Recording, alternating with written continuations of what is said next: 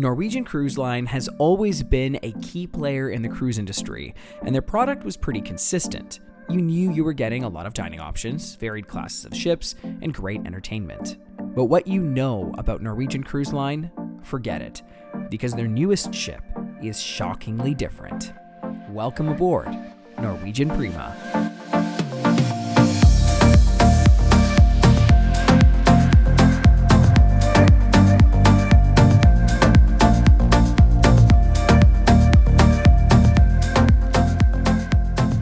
My journey actually began the day before with a stay at the Marriott Stanton South Beach. Usually I don't cover the pre-cruise experience, but this deserved a mention.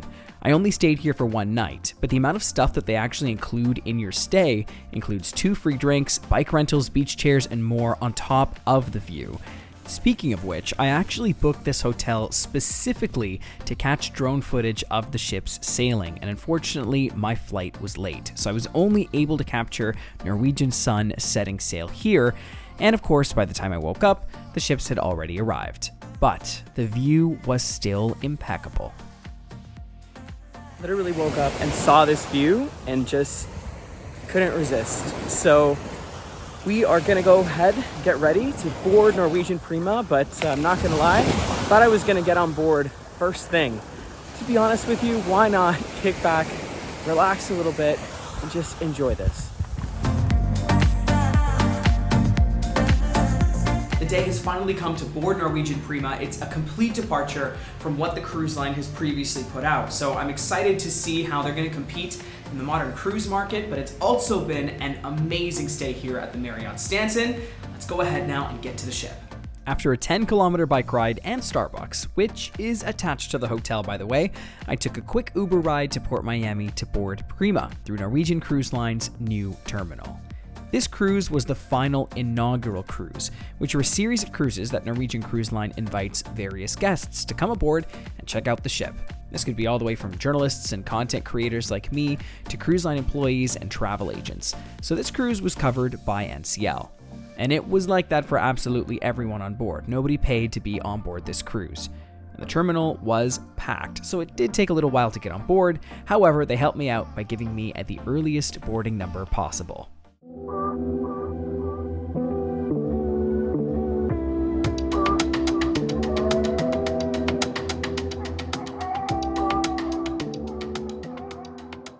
From the second I set foot on board, I was astounded at how different this ship is. She's modern and bright, but with new comes unfamiliar, including having no clue where you're going.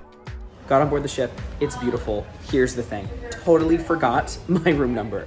So we're gonna have to log into the My Norwegian app and figure that out, because at this point, I am just walking around in circles in the atrium. Okay, we found it with the My NCL app. Here we are. Deck 13. Deck 13, let's go.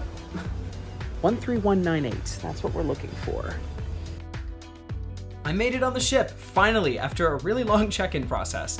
My cabin is 13198. It is a family stateroom, so it's a little bit bigger, especially in the bathroom. The shower's really large too, which is really nice to see on a ship because usually you feel really cramped.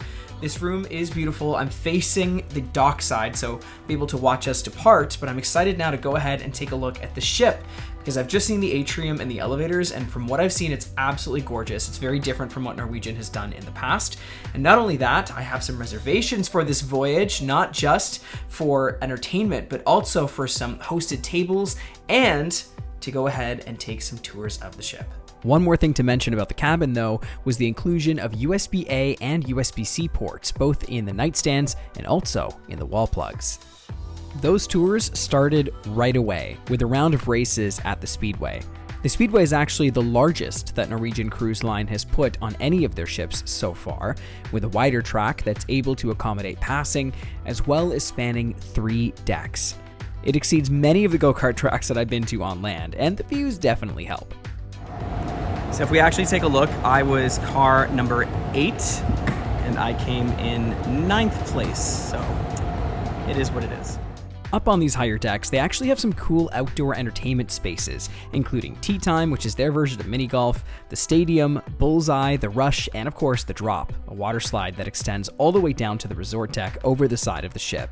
This was a really cool part of Prima, and I can definitely see myself spending time here. Mind you, it does come with a price tag. While I was on deck, I went to the Vibe Beach Club. Now this is usually a pay-to-use space, but on this sailing, many of the things that you'd have to pay for are included, and that includes the Speedway. From here, I could also see a view of one of my favorite cruise ships, Freedom of the Seas. You can check out my review of that ship right here. We weren't due to set sail until later that evening around 11 p.m. In the end, we were only going to the Bahamas, which was a stone's throw away. As we sat in port, I went and sat down for dinner at, in my opinion, one of the coolest dining experiences at sea, and it's called the Indulge Food Hall on Deck 8 aft. Think of a food court with lots of different cuisines. You order through an iPad and your food comes directly to your table, and it was fast too. I love this area. It was themed beautifully, and they even have a Starbucks in here, giving it a very urban feel. Now, for the first few months of the ship's operation, I know until late 2022, this area remains complimentary. However, there is talk of adding a fee to this restaurant, and to be honest with you, I can see why. It's a great concept.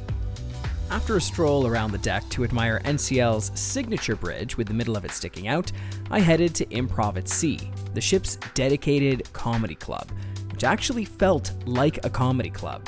After the show, it was back to my cabin. So I just got into the cabin and got this amazing Norwegian Prima swag. So inside of it is not only a document holder, but also some nice luggage tags and everything. These little touches are so nice. But we've just set sail here and we are just departing from the port of Miami. We have to go down into the turning basin first and basically do a 180 and make our way back. Departures from Miami, for me, are very nostalgic, considering that I've done them so many times from when I worked on cruise ships. I even managed to capture this time lapse this time. It captures the entire swing in the basin right to when we exit the channel. I've done this departure so many times, but I don't think that I've actually departed at night ever. The following day, we were at sea, and that meant a lot more touring around Norwegian Prima, considering it was the only day to tour around, including getting a glimpse into the Haven, an exclusive suites only area, as well as checking out the theater as well as the spa, which held a few surprises to say the least.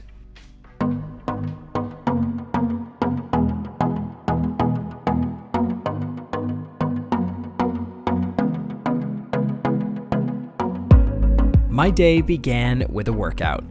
This ship's gym is one of the best equipped that I've ever seen. However, like many of Prima's venues, they're a bit too small relative to her size. In comparison, Freedom of the Seas is not that much bigger than Prima, but Freedom's gym is over double the size. However, Prima's gym was really nicely appointed and gave me Equinox Fitness vibes, including these cool towels that they always had on hand. The spa is something else. In fact, I would say it's something that one would find more so on a luxury ship rather than on a large cruise ship. The Mandara Spa is located on deck 16, and there's an indoor pool with a waterfall, charcoal sauna, salt room, cold room, heated chairs, as well as a relaxation room overlooking the ship's bow. After a great breakfast in the Surfside Cafe with an omelette, I headed up to the Haven, Norwegian's ship within a ship concept. Okay, so we're here in the Haven with exclusive elevators, by the way. This is a nice little reception area that you get to go into once you're a Haven guest. And it's actually the largest that you'll find on any Norwegian ship. Also, it's beautiful. Now, I've never been a big fan of this because I think that prime deck space is taken away from the majority of people. However, the Haven on Prima was exquisite, with an infinity pool looking off of the ship's stern, and for the first time, there are actually exclusive Haven-only elevators located throughout the ship. Let me know what you think about this in the comments. Do you like the ship within a ship concept? Do you think it's classist? And would you book it? Or both? Let me know. Then it was time to go to my favorite spot on any cruise ship, and that is the theater. It was for a talk about the entertainment and food and beverage on board Prima. The theater here in Norwegian Prima is absolutely beautiful. It's different than most cruise lines in the sense that they're not doing a huge soaring theater like they have on other Royal Caribbean ships, for example. It's intimate, but the question is, how does that play with a ship that carries 4,000 people? It turns out that the concept is the ship will be operating 7 to 12-day cruises, and therefore they plan to repeat as many performances as possible and then offer them at as many time slots as possible, since Norwegian Cruise Line's brand is all about feeling free and having the opportunity to not follow a schedule. Now, I'm always curious about what people's cabins look like, so I took advantage of the show cabins that Norwegian Cruise Line had left open. I saw a forward-facing balcony, which really isn't that different from a regular balcony, you're just facing forward.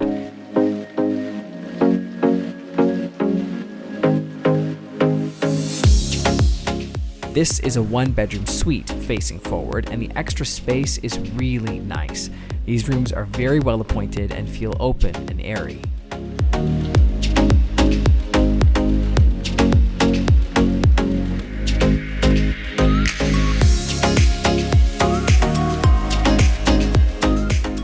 A concept that Norwegian Cruise Line came out with years ago on Norwegian Epic was the Solos Lounge. So if you're traveling alone, you can avoid the single supplement. You also get access to a little lounge, which is nice.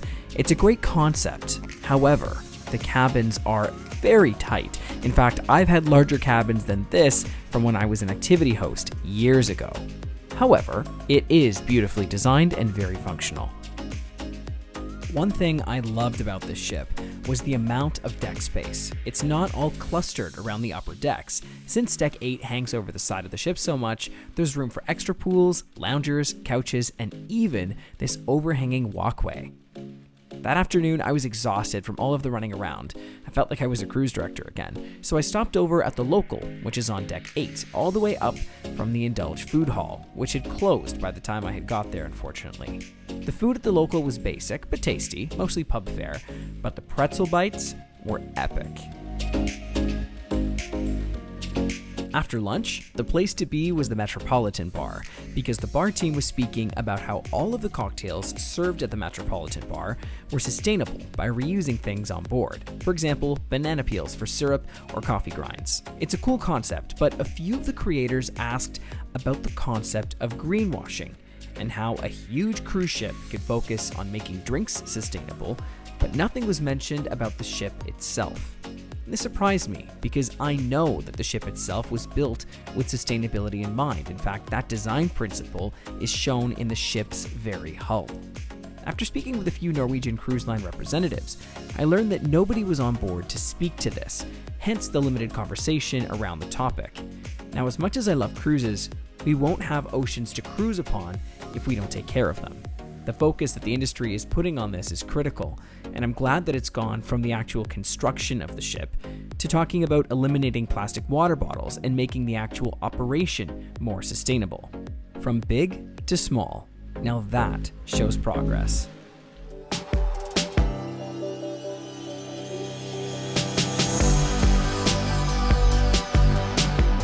Okay, technical stuff aside, let's focus back on the fun.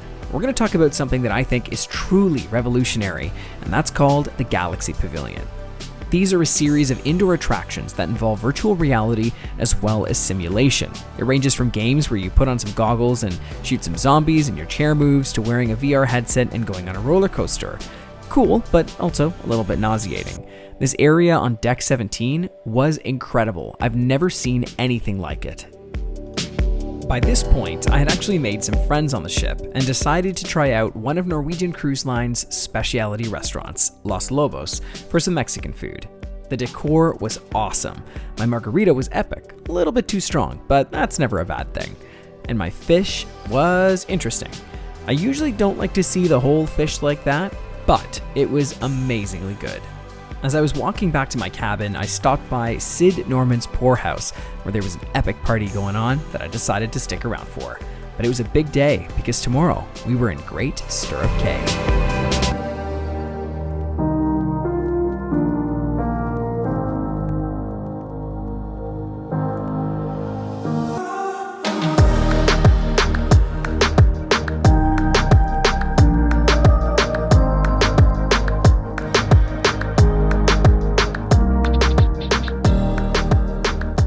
After a glorious sunrise, we were positioned off the coast of Great Stirrup Cay, Norwegian's private island. Funny enough, it's right next door to Royal's very well-made Coco Cay.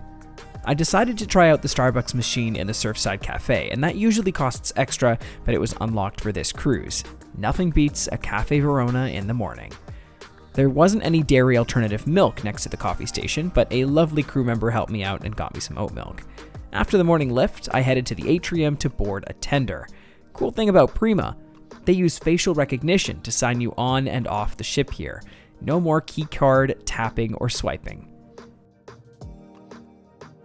It was a very quick tender ride, and I was about to get a tour of the island. Before that, fun fact, these tenders are the same ones that the Norwegian Cruise Line's original ship, used to carry with her on her bow, and they are very much still in service. It's nice to see a blast from the past.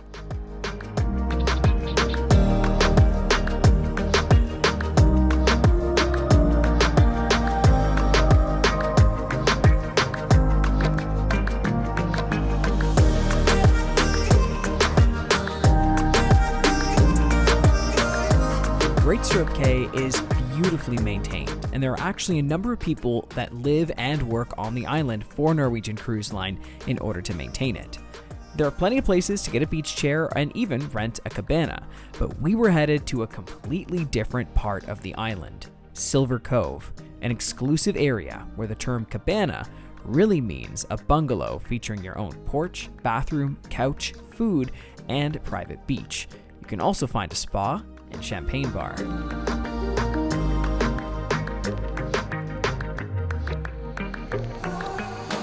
Still trying to figure out if Moe is a brand sponsor. I'm in for it though.